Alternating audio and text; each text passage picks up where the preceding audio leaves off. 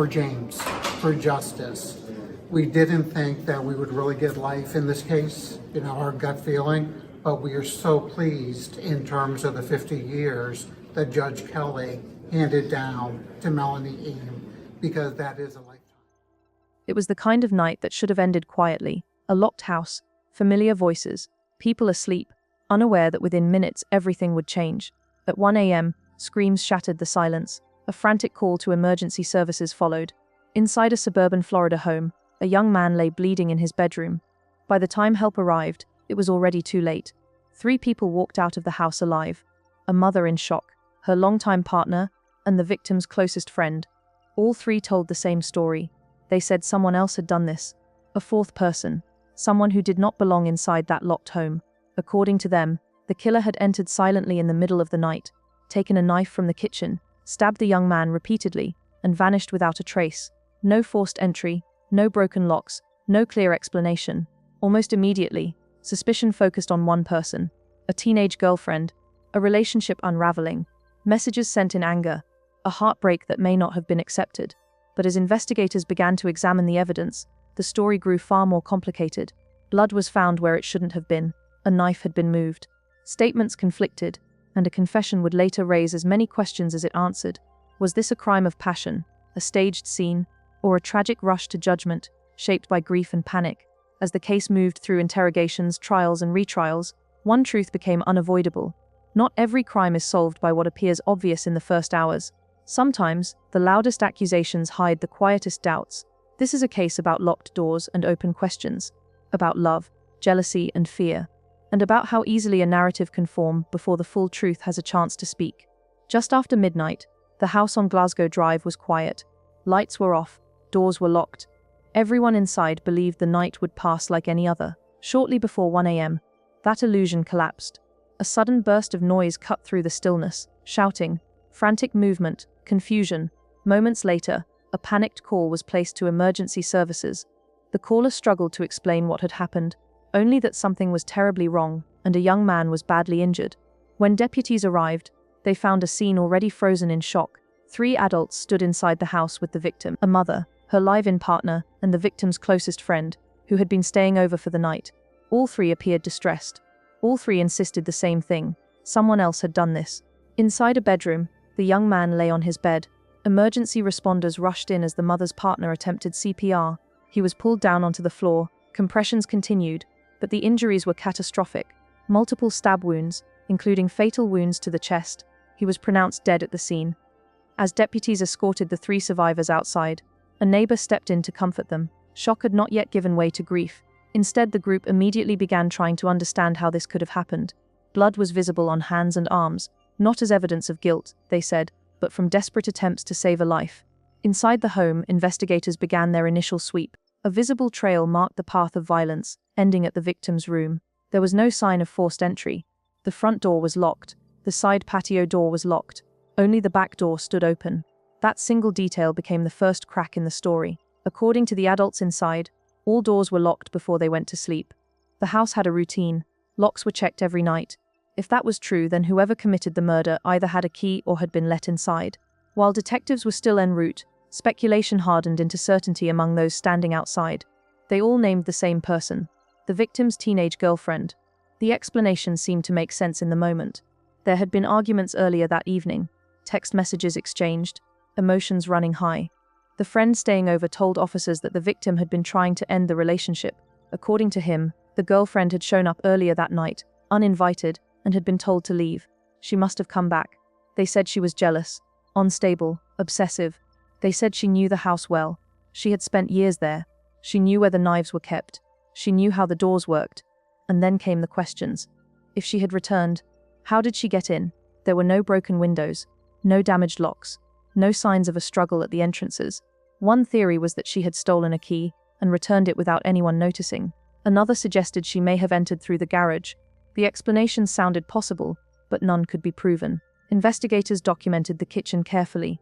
The knife on the counter was identified as one belonging to the household. The partner, a butcher by trade, owned several large knives. This one had been used earlier that evening to carve dinner. Its usual place was a specific drawer near the stove. Whoever used it knew exactly where to find it. Outside, Near the open back door, another discovery added fuel to the growing narrative. On the patio table lay a cell phone in a pink case. Nearby were small drops of what appeared to be blood. The phone did not belong to anyone who lived in the house. Later testing would confirm that both the phone and the blood were connected to the girlfriend. That single detail locked suspicion firmly in one direction. As the night turned into morning, investigators began reconstructing relationships, not just events. The young couple had been together since high school, friends first, then inseparable. She was quiet, shy, and close with the family. She baked with them, shared meals, spent holidays in the house. When he graduated, she followed him into the same college program. Their lives had become deeply intertwined, perhaps too much so. Over time, the relationship grew volatile. Breakups followed by reconciliations, intense closeness followed by emotional distance. Messages exchanged in the hours before the murder showed him trying to pull away, asking whether they were truly happy. She didn't accept it. That night, while he played games with his best friend in the house, he was also messaging her, trying to explain himself in words he found easier to type than say aloud. The conversation carried a sense of finality, at least on his side. Hours later, her car was captured on camera, parked outside the house. Law enforcement began searching for her immediately. She was not at her parents' home. Her family said they had no idea where she was and expressed disbelief that she could be involved at all. But traffic cameras told a different story. Her car had traveled north through the night, across state lines, all the way to Maryland. When officers there located the vehicle outside a relative's home, they approached cautiously. Officially, they were there for a welfare check. Unofficially, everyone knew the situation was far more serious. When she stepped outside, she did not appear surprised to see police. In fact, she asked a question that raised eyebrows. When should I go in for questioning? At that moment, the case shifted. What had begun as a seemingly straightforward narrative, angry girlfriend returns and kills, was about to become something far more complicated. Because what followed was not a clean denial, it was a confession, and the way that confession was obtained would divide a jury, fracture public opinion, and turn this case into one of the most disputed homicide trials in Florida. By the time the investigation crossed state lines, the narrative felt settled to many observers. A breakup, hurt feelings, a late-night visit, a violent end. It was a familiar storyline, one that law enforcement encounters all too often. But this case would not follow a simple path. When officers in Maryland made contact, their instructions were limited. Officially, they were there to locate a vehicle and check on the welfare of a young woman whose family could not reach her. They were not homicide detectives. They did not arrest her. They did not read her rights. Yet from the very first interaction, it was clear she understood the gravity of the situation. She asked when she would be questioned. That single question lingered. A detective from Florida soon traveled north to speak with her in person. The meeting took place not in an interrogation room, but in a relative's home. A kitchen table, family members nearby, a dog whining softly in the background. It was an unusual setting for what would become the most critical conversation of the case. The detective made his position clear. She was not under arrest. She was free to leave. He told her this repeatedly. Because of that, no Miranda warning was given. What followed was not a series of direct accusations, but a guided conversation, one that gradually narrowed toward a single conclusion. From early on, the detective framed the encounter in stark terms. The evidence, he suggested, pointed toward her. Driving to the house late at night, taking a knife from the kitchen, acting in anger or heartbreak, he offered two paths, a calculated killing or a moment of passion. In doing so, he shaped the choices before her. She began to talk. She admitted going to the house that night. She said she wanted to speak in person, that she believed the relationship was not truly over. She described feeling overwhelmed, heartbroken, unable to accept the words he had sent her earlier. Then came the admission that would define the case. She said she took a knife from the kitchen drawer. She said there was a confrontation. She said she did not intend to kill him. She thought he would be okay. The words came haltingly, often in response to leading questions. The detective asked whether she meant to scare him, whether she acted out of fear or emotion, whether she realized how badly he was hurt. She repeatedly said she did not. Yet she also admitted to fleeing. She left the house. She drove through the night. She stopped to buy a new phone. She did not return for the one she left behind. To investigators, those actions suggested awareness. To the defense, they suggested panic, not guilt. When the interview ended, she confirmed that she felt comfortable speaking. She was not detained. She was allowed to remain with her relatives. But the damage, or the clarity, was already done. Back in Florida, she was extradited and formally charged. Prosecutors pursued both manslaughter and second-degree murder, arguing that the evidence supported intent formed in the moment, even if not planned in advance. The defense immediately attacked the confession. They argued it was not a confession at all, but a narrative built by the detective and adopted by a traumatized teenager under pressure. They claimed she was never told she could refuse to answer, that she was steered toward agreeing with conclusions she did not originate. A motion was filed to suppress the statement entirely. The court disagreed. The judge ruled that because she was not under arrest and was repeatedly told she was free to leave, the interview was admissible. The confession would be played for the jury. When the trial began, the prosecution leaned heavily on that recording. They painted a picture of heartbreak turning into rage, of a young woman unable to accept rejection, of a late-night confrontation that spiraled into violence. They pointed to the physical evidence: blood on her clothing, blood in her car, her phone left at the scene. They argued that she knew exactly what she was doing. The defense took a very different approach. They claimed the investigation had gone wrong from the start, that officers focused too quickly on one suspect and ignored others, that the crime scene had been compromised, that evidence had been moved, and most controversially, they accused someone else inside the house. According to the defense, the real killer was the mother's partner.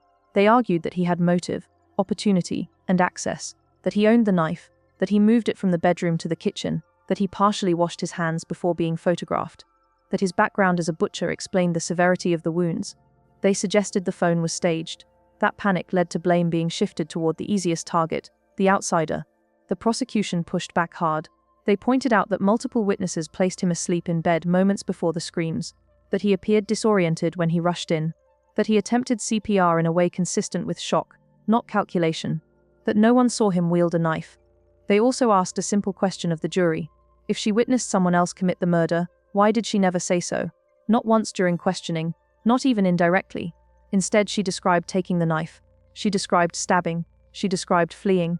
The jury deliberated for hours. They were not divided on guilt, but on degree. Some believed the evidence showed reckless violence without clear intent to kill.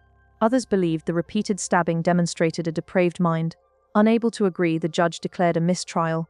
A second trial followed. This time, the prosecution sharpened its focus. They replayed the confession.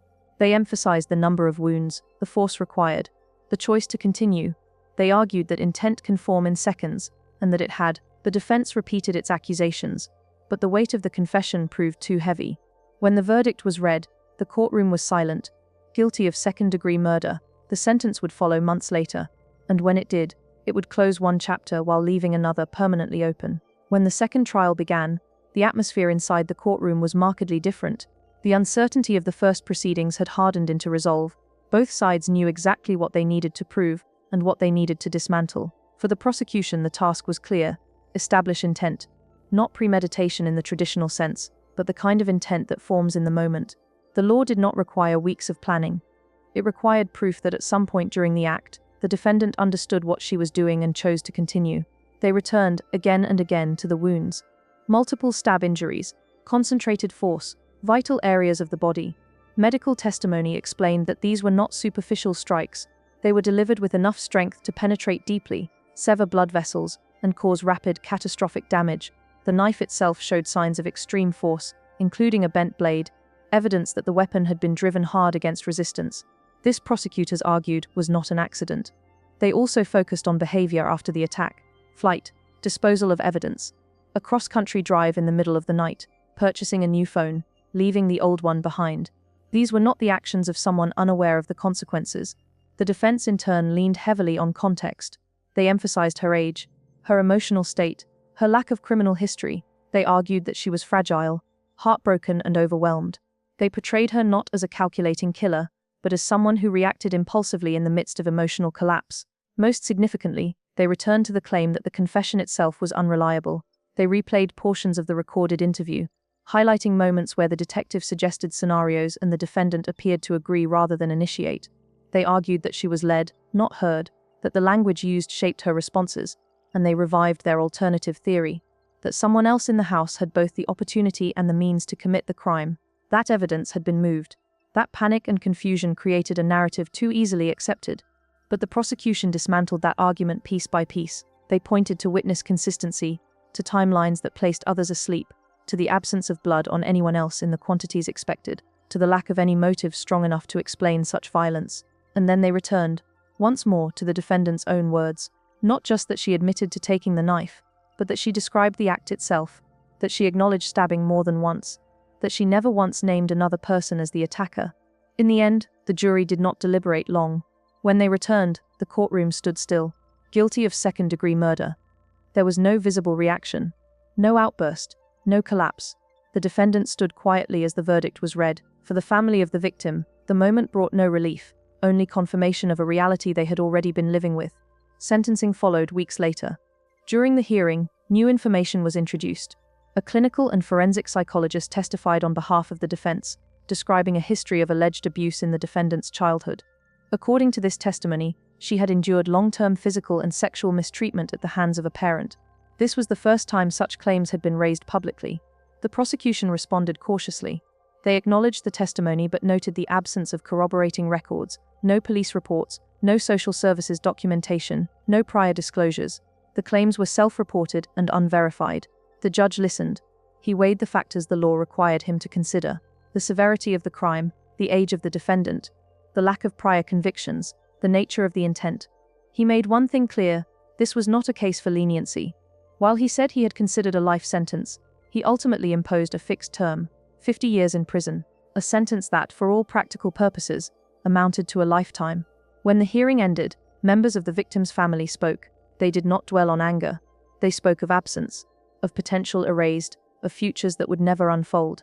They spoke of a young man who loved his family, who was loyal to his friends, who loved animals, who had plans, all of it gone. For them, the sentence was not about punishment, it was about acknowledgement, that what was taken mattered, that the loss would not be minimized or forgotten. As the case faded from headlines, it left behind something more complex than a simple conclusion. This was not a story of a stranger breaking in. It was not a mystery killer who vanished into the night. It was a story of proximity, of intimacy, of how emotions, when left unchecked, can turn catastrophic. It also exposed how fragile truth can be in the earliest hours after a crime, how quickly narratives form, how easily suspicion solidifies before evidence is fully understood. In this case, the truth emerged slowly, painfully and imperfectly, but it emerged. A locked house did not mean safety. A familiar relationship did not mean protection, and love, once fractured, became something dangerous.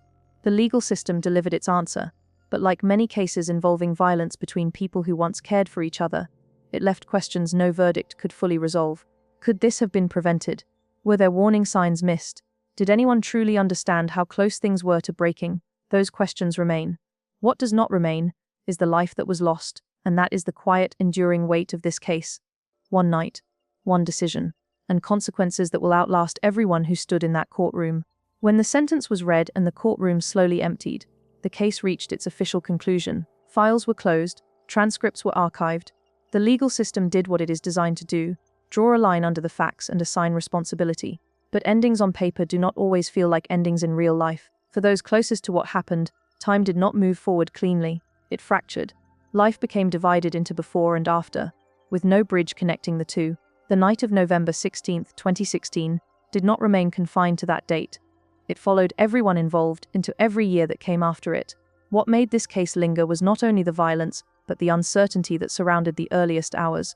A locked house, multiple adults inside, a weapon taken from within the home. Evidence moved before it was fully understood. Accusations made almost immediately, long before detectives arrived. From the very beginning, this case demonstrated how quickly human beings search for meaning when confronted with chaos. In the absence of clarity, people construct explanations. Those explanations can harden into beliefs, and beliefs can become accusations. Sometimes they are right, sometimes they are dangerously wrong. This investigation walked that edge. The idea of an outsider slipping into a locked home felt terrifying, but also convenient. It offered a simple answer to an unbearable question. When suspicion narrowed to one person early on, it shaped how every subsequent detail was interpreted. Yet the justice system, at its best, is not meant to run on instinct. It is meant to slow things down, to test narratives against evidence, to force uncomfortable questions into the open. That process was messy here. It involved disputed confessions, competing timelines, and allegations that cut deeply into personal lives. It required jurors to listen not only to what was said, but to how it was said and why. In the end, they were asked to decide not whether a tragedy occurred, but how it occurred, whether the violence reflected recklessness or intent, whether anger crossed a line into something darker. Their conclusion carried enormous weight. A 50-year sentence is not just a number. It represents decades of absence from ordinary life, from family, from the possibility of rewriting the past. It is time measured not in days, but in missed birthdays, unvisited places, and futures that will never be lived. For the victim's family, the sentence was never about revenge. It was about acknowledgement, about affirming that what happened was real, that it mattered. They spoke not of hatred, but of loss. A son who would never grow older. A future erased before it could take shape. A presence reduced to memories and photographs. Their grief did not end with the verdict. It simply changed form. For the person convicted, the case became something else entirely. A permanent identity shaped by a single night. Whatever pain existed before that moment was now overshadowed by consequence. Whatever explanations were offered, they could not undo the final result. The case also left behind broader questions, ones that reach far beyond this single tragedy. It forced a hard look at how interrogations are conducted, especially with young suspects, at the power dynamics inside those conversations, at the thin line between allowing someone to speak freely and guiding them toward a conclusion already formed. It raised questions about how quickly blame is assigned when emotions are high, and how difficult it can be to recover neutrality once a narrative takes hold. It highlighted the danger of assuming that locked doors equal safety, or that familiarity equals protection. Violence does not always arrive from outside. Sometimes it grows from within the most intimate spaces. Most of all, this case underscored a truth that is easy to forget until it is too late. Emotion does not excuse action. Heartbreak, jealousy, fear, these are human experiences.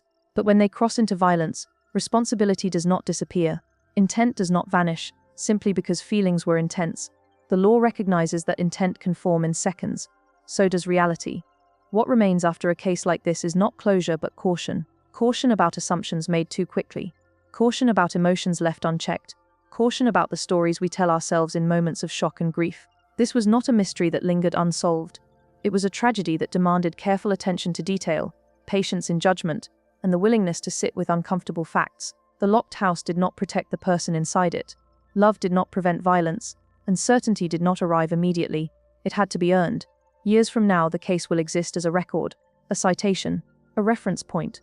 But for those who lived it, it will never be just a story. It will remain a reminder that one night can redefine countless lives, that a single decision can echo for decades, and that justice, even when delivered, cannot restore what was taken. The story ends here, not because everything was healed, but because everything that could be said has been, and what remains is silence, heavy with consequence, carrying the weight of a truth that cannot be rewritten.